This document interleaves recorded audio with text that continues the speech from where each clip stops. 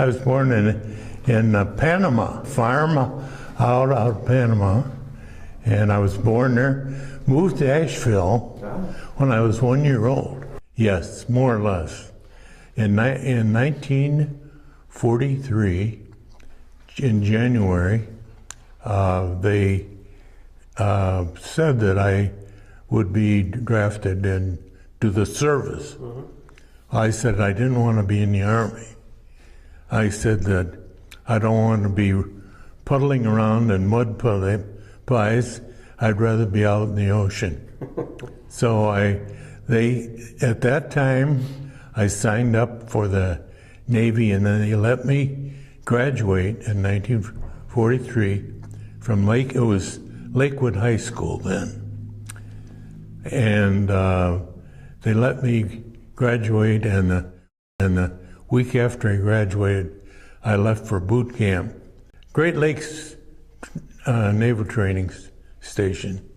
Spent most of my time. Right. I went to Seattle, Washington, and then they took from there, I went to Hawaii, and the South Dakota was in Hawaii and was there for repairs. And the next day after I got into Hawaii, I went aboard the South Dakota. And from then on, everything was towards Japan.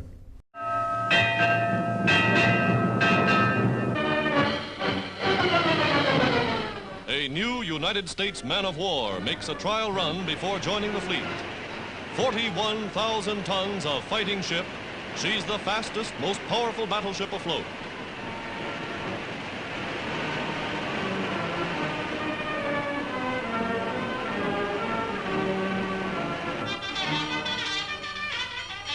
The bugle sounds general quarters, and 2,000 trained men go to battle stations to test the big guns.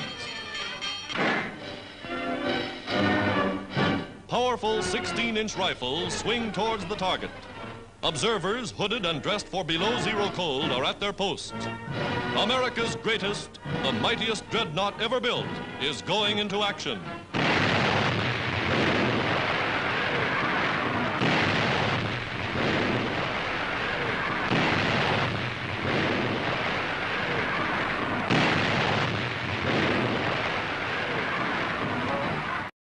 It's a battleship. It had 9 16-inch guns that fired a 1-ton projectile, 2,000-pound projectile. And the gun, there was 3 barrels on each gun, so there's 3, 6, 9. There was 2 forward and 1 aft. And we could fire all 9 guns at once if we wanted to, or we could fire 1, 2, or 3. But there were 3 turrets, and we, like I say, if you can imagine, firing 9 of those canisters of powder that would throw that 2,000-pound projectile 20 miles. What we would do is we would line up battleships and we would fire into the shore to loosen things up and scatter any other people that were there before before the Army, Navy went aboard shore. And so it was a time when, of course, you didn't have much means of deciding where it hit in those days. So we had 2 planes that pontoon airplanes that were on the rear of our ship. And when we were going in, we call it bombardment of the shore, the 2 planes would fly over where our projectiles were hitting, and they would call back, "You missed the target by 500 feet, or you went too far. So the planes would give directions back to the ship as to where the projectiles hit and where they hit and if they hit the target or not. We had maybe 3 to 6 battleships in a row that would be following each other. And we would fire one after the other as we were taking over a beachhead that the Army or Navy, Army or Marines were going to land on. The kamikazes come in, and they would come in and they would drop bombs on the battleships and cruisers. Now, a cruiser is a smaller ship than a battleship, but it had smaller guns. South Dakota shot down some planes, so you're there and you're getting attacked by Japanese planes. Is the adrenaline? What do you feel like? The adrenaline's got to be really. Well, I can tell you of one experience. We had guns, what they call 40 millimeter guns. Now the shells were about 2 foot long and maybe 6 inches in diameter. And these guns would fire 4 of these, and they would be shooting more at the Japanese airplanes that would be coming in to bombard us. Mm-hmm. So I was with a group of 8 sailors, and we were firing a 40 millimeter gun, and a Japanese kamikaze come down. He dropped a 250-pound bomb right in the center of where we were. Now, the area we were in was no farther than that back wall. In other words, say the gun was right in the middle, and we were surrounding. The 8 of us were there handling ammo. This is during a battle time. This is something we did when there was a battle going on. So we were getting the ammo to feed into this 40 millimeter quad. Okay, with this one particular day, this is when we were getting close to Japan mainland. The Japanese plane came in, and we had what we call 20 millimeter machine guns, and they were firing at these planes when they'd come in. But this plane got through, dropped the bomb, and there the 8 of us were around. The bomb hit right in the center of the area we were in, where that quadrant was. I was laying flat out. I looked up, I looked around. All 7 of the men were dead, except me. I was the only one that survived, and I never had a scratch. And everybody else was gone. I'll never forget this in my whole life. But this is when you were talking about something that would happen. That's something that I will never forget. South Dakota, which had been under fire from at least 3 of the ships, had taken 27 hits, which caused considerable damage. 40 sailors aboard the South Dakota gave their lives that night, and another 77 were wounded.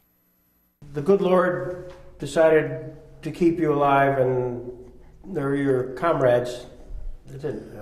It was just almost impossible for me to realize When I looked around, that the other 7 were dead, and I was the only one left. And the only thing I could do is that I was brought up as a Christian person, that I had been praying that God would protect me. And that's the only thing I could do, is give credit to God for bringing me through that particular occasion. I mean, it was just, I have probably thousands of times I've thought about it and I've prayed about it. It's something that happened that I'm still here.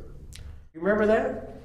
Well, it just was similar to having all the Japanese planes trying to knock us out. And you talk about a turkey shoot, every ship in the force was firing at airplanes, and airplanes were firing at ships. So you talk about a turkey shoot. As always, it is difficult to say just how many aircraft were brought down by a single ship's fire. It was evident enough that the South Dakota bore the brunt of the attack and destroyed or helped destroy at least twice her share of enemy planes. The quiet efficiency of the repair parties in quickly repairing the damage to the ship, the handling of the casualties, both dead and wounded, the continued high rate of fire, and the way in which all hands responded in the emergency, and the fact that the ship's fighting efficiency was never impaired, were in keeping with the highest traditions of the naval service. If I could tell you one more experience I had that stays with me forever. We were taking on ammunition at sea from an ammunition ship for our big guns. We had powder cans and those big salvos on a regular ship that was carrying ammunition. They were tied up side by side, and they had a crane. They would lift it over on our ship. Then we had a shaft that went down, and they had a place where they stored all the powder cans and all the salvos. At this particular time, when we were loading on ammunition for our next run, I was in damage control station. In other words, the captain goes through damage control during an operation, no matter whether it's taking on ammo or whatever. And all of a sudden, as we looked up, we thought we could smell smoke. And then we had one hatch. A hatch is a metal door that went into damage control, which was just right at the top of the shaft as it came up, where the stuff went down, and there was red flame coming up that shaft. So we knew that that was from the storage place where they were keeping all the ammo, right directly down. What they would do is take the powder cans. The powder cans that fired these salvos were probably better than 4 foot high and like 20 inches in diameter. And what they were doing is turning one of these cans into the munitions storage. And as they did this, static electricity turned it off, set it off, and it exploded. And here is a whole room full of ammo. Well, we had 5 sailors in damage control. And if you can imagine looking at that door, and you know it's a metal door, and it's red hot, and no other doors. You figure this is it. Well, the other guys with me were so scared they couldn't even move. I did have the realization that something had to be done or our ship was in for big trouble.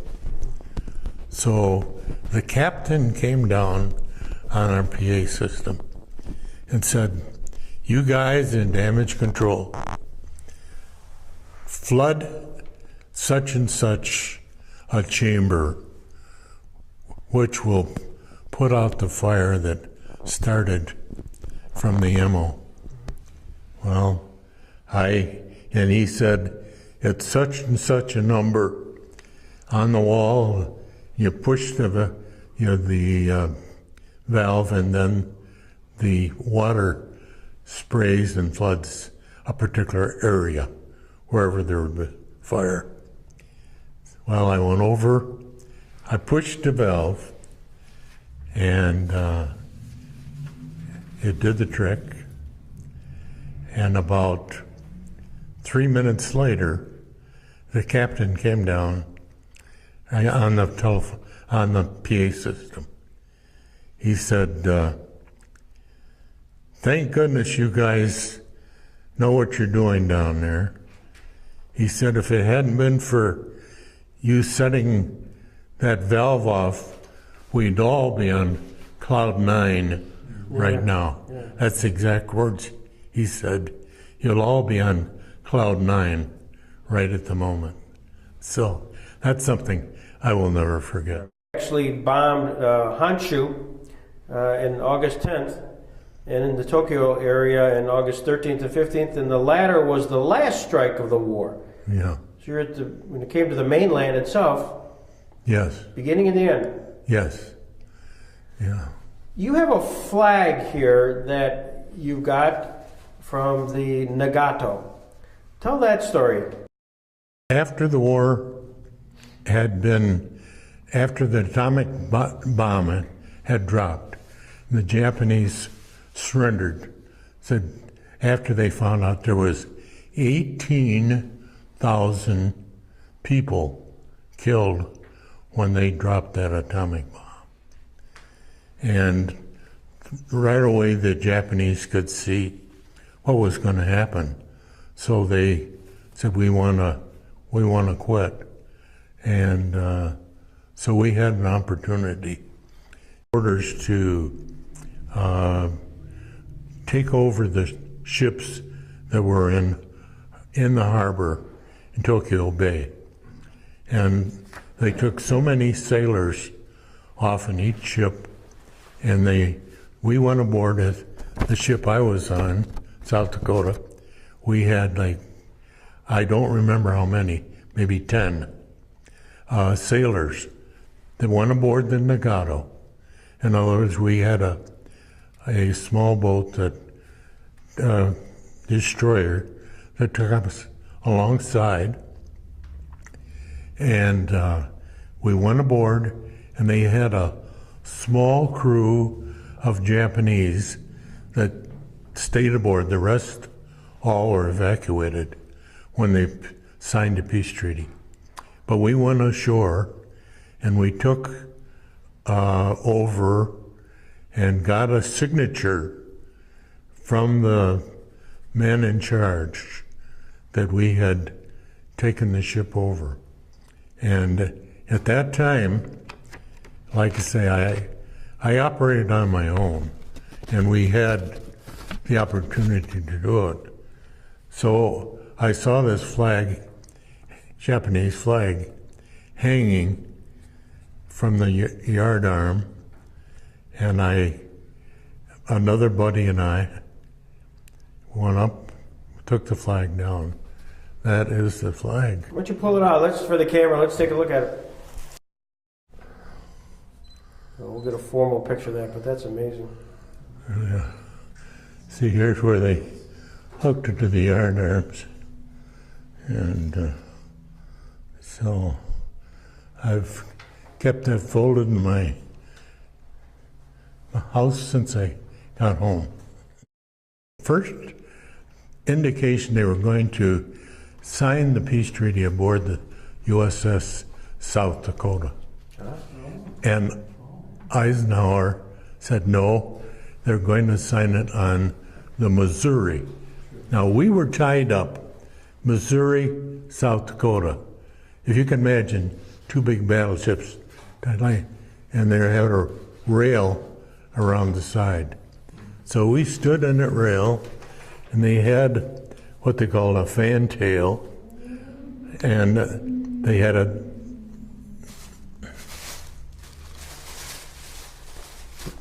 Oh, there you go. that's the signing Yeah. of the and we watched every moment of the signing with the enemy troops as well as our people, because I realized that it was over. And this was the official signing of the peace treaty, that the war was over. And we weren't going to see any more shooting or firing or anything. And that was probably the most wonderful thing of the whole smear, to be able to see those guys signing the peace treaty. What was the reaction on board, the sailors, when they... Excitement. Yeah. Yeah. Naturally, I mean, when you've been fighting for years, actually, and when you'd seen your buddies drop dead day after day, and not knowing whether you're the next one, when you get word that the Japanese have signed the treaty, I mean, it just made you feel good. It's a hard thing to explain. I mean, it's just like a load on your shoulders. You know, you remember. Your remembrance is like a load of something on your shoulders.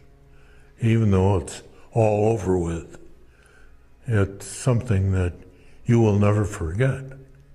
And I'm sure that every serviceman that was on either side, on the European side or on the Pacific side, there were days and there were weeks, there were months of things that happened that will never leave their minds.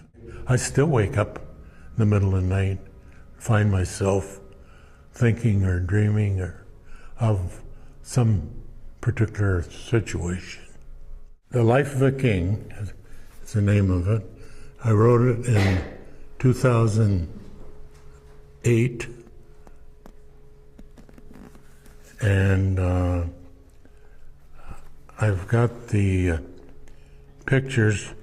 What I've started, Life of a King, written by Conrad Richard King, moved to Nashville, New York at age 1, May 24th to May 28th, still in Nashville. Part 1, my family and my country. My life, my family, my country. Part 2, travel trips in and out of the country. I have traveled since I got home 66 countries in the world. And then part 3, 9 short-term mission trips starting at my retirement, 1987, when I retired from King's Heating and Sheet Metal. Of Americans lined the Golden Gate Bridge to welcome the sailors home. Bob Hope performed a USO show for all aboard while the ship rested in San Francisco Harbor. How do you do, ladies and gentlemen? This is Bob. Now hear this. Broadcasting on the deck of the battleship South Dakota in San Francisco Harbor, Hope. The South Dakota really sits low in the water. In fact, every time a high sea comes up, the crew starts drawing submarine pay. The new Battleship X, Old Nameless, or Sodak, the USS South Dakota and her crew served America proudly, and for that, we are eternally grateful.